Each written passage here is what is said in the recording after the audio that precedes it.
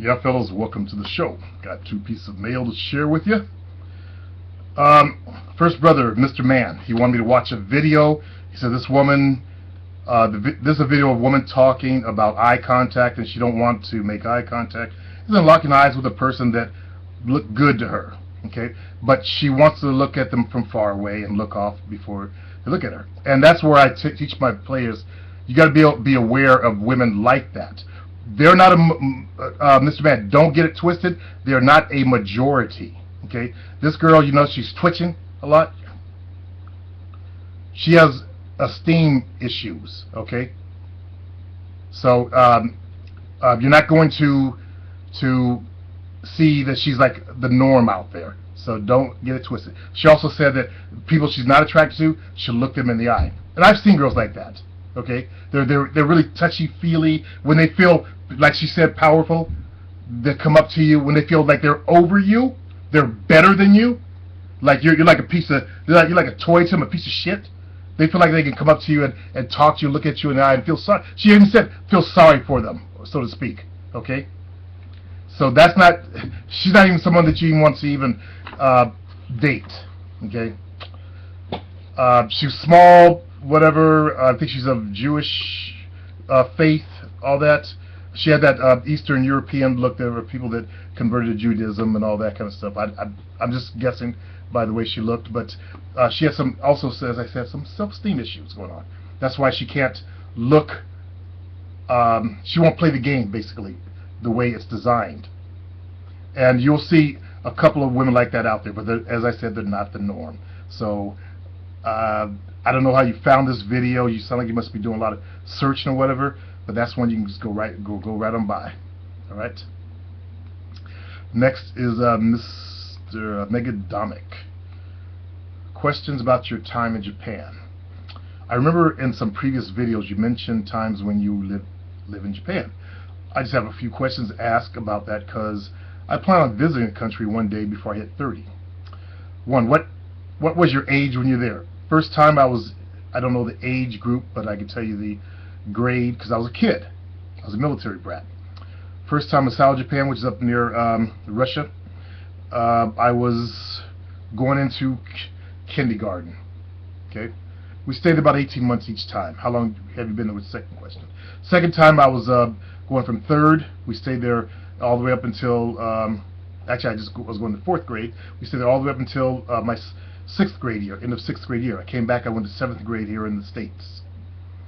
Did I have fun over there? I had fun as a kid, because I was a kid. I was out doing boy things. I built tree forts, built quite a few of those on the base. I built a raft, because I started reading a lot of books. I read Tom Sawyer and Huckleberry Finn, so, you know, I wanted to do the same things. So I built a raft, we floated down this canal, or tried to float it down, but we were too heavy. I built a lot of tree forts, stuff like that. I did boy things that you don't see people doing anymore. What were the Japanese people like? Both men and women.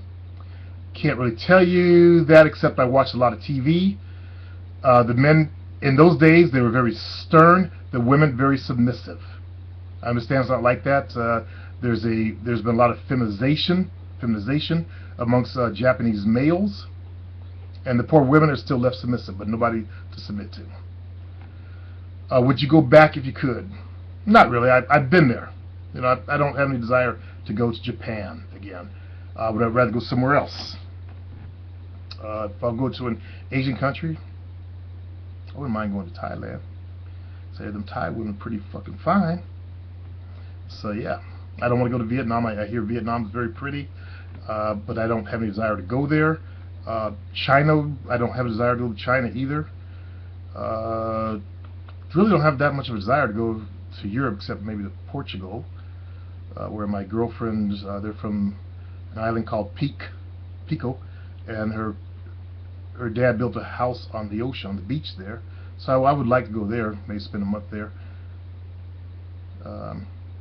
That's about it. The only place I really want to go to, are Brazil and Africa. I just learned the original name of Africa too. The name that we call Africa was named after a Roman dude named Africanus. Yeah, they renamed the motherland, brother. That's not the real name. Anyway, let's see. Would I go? But yeah, okay. Those are the questions. So I hope that answers your question. To the first brother, eye contact is essential to invitation to the game. Note she said she will look at the guy though. Okay, she's shy and kind of hyperactive. That's why she was twitching. Yeah. And that mannerisms, that's caused by her esteem. She doesn't feel like she's good enough for some of these good-looking guys. No, she also said good-looking guys, but the weak ones she'll talk to, and that's how it was when I was in high school. The good-looking girls I couldn't talk to, the ones I didn't find attractive, I had no problems talking to them. And you guys might be the same way. The unattractive ones you could talk to, but the good-looking ones you get kind of shy around, if you have that shy complex like I had, and still actually do. I'm still actually shy, but I've learned to control it and break through the walls. So I talk to a lot of people now. I just had I had my morning coffee this morning, and met a fellow actually my age, a year younger than I am, and I might make a new friend. So I've been looking for some male friends. My one acquaintance that used to live next door to me, ex-Black Panther, he came up yesterday and brought me some smoked salmon, and I recorded part of our conversation. So if you're on the site, you'll hear part of our conversation. I was thinking of that one idiot that I want proof. If he's on my site, you can hear the brother talk about all the women that I was fucking, and how he would listen to them, to the moaning and stuff. And he talked about one girl that kept going on. He said, okay, I thought it might end, but then it went on and on and on. That's live conversation I recorded. He didn't know I was recording it either. I just said, let me put it, because we were talking about other stuff at first. We were talking about homosexuality. We were on that subject, and I wanted to record what his views were, and then we drifted into other stuff. So I just got a good sound bite out of that. I am the real thing. I am from the real world out there. Okay, I'm not some internet nerd or internet dude. Before I came to the internet, I already had game. I had already mastered my game. As I keep saying, I'm not one of these internet guys. I'm not a pickup artist. I'm the real thing. And I noticed that when I made a video on some guy named Jerry that's using some ideology that I put out there, but you know what? I'm not the sun source of it. My father actually told me that shit. Okay, so that I'm not even the sun source. Like the 3 types of females, it was popularized by Arthur Gordon, who is an African American, and he took it from the African American community, but he brought it to the internet and popularized it. Okay, and it's a shame what the Caucasian folks did to him. Okay, back then I actually talked to Arthur Gordon over the internet a few times. Okay, and back then the Caucasian people were coming out with their pickup art stuff, and it was through news groups. They had news groups back then, and they harassed this brother off the net. They made him paranoid. They found out where he lived. They basically just terrorized the brother to death, to where he's paranoid about everybody. He won't even talk to me anymore. Okay, he threatens lawsuits on everything, and basically they wanted to run him out of the industry because he was selling stuff. His books, in the very beginning. Okay, and he was telling guys, this is how it is out there. His style is a little bit more different. His style is more, a little bit more on the tricking side, to women, stuff like that. But he was getting laid. Okay, my style is more of hardcore. I take what I want, or I demand what I want from women. Okay, my son Tracy, I was talking to the fellows this morning, about he got out of juvenile hall. He's the only kid in Sacramento or California to escape from juvenile halls. He was in there because he was hooked up with these Asian guys who were stealing cars when he was a kid. Because his grades weren't good, so I wouldn't buy him a car. So what did he do? Go out and steal it. So anyway, he got out of serious lockup because after he escaped, they threw the book at him, and he had to go to serious kitty lockup. When he got out of there, he was a different person. When he came out, Within 2 weeks, he had females coming by. They were buying him this and that. I was talking about telling one fellow, you know, I actually had him do a video for me. This is a long time ago. He knew the girl for a week, and within a week he got her to buy him a brand new motorbike. And I showed the motorbike in the video. I don't want to put my kids out like that anymore, so you know I kind of got rid of the video. But and I was talking about how, you know, my grandfather was a womanizer, my father was a womanizer. I fought it.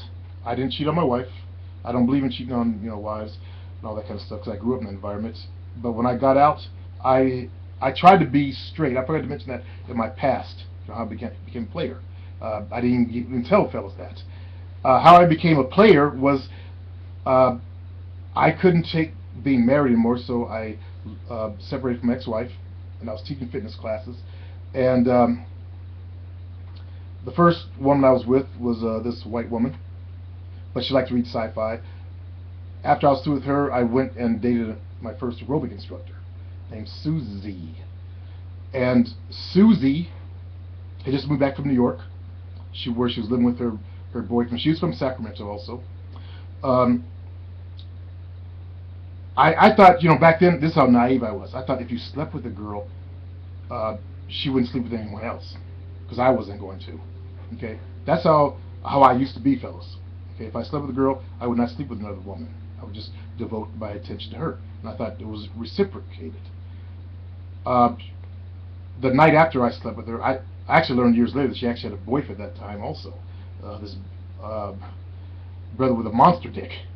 Okay, 6'4" brother. But she slept with her ex-boyfriend the night after she slept with me. Okay, and you know, I slept with her that night before, first time, you know, we had sex, and I was talking to her the next day, and she asked, you know, what'd you do last night?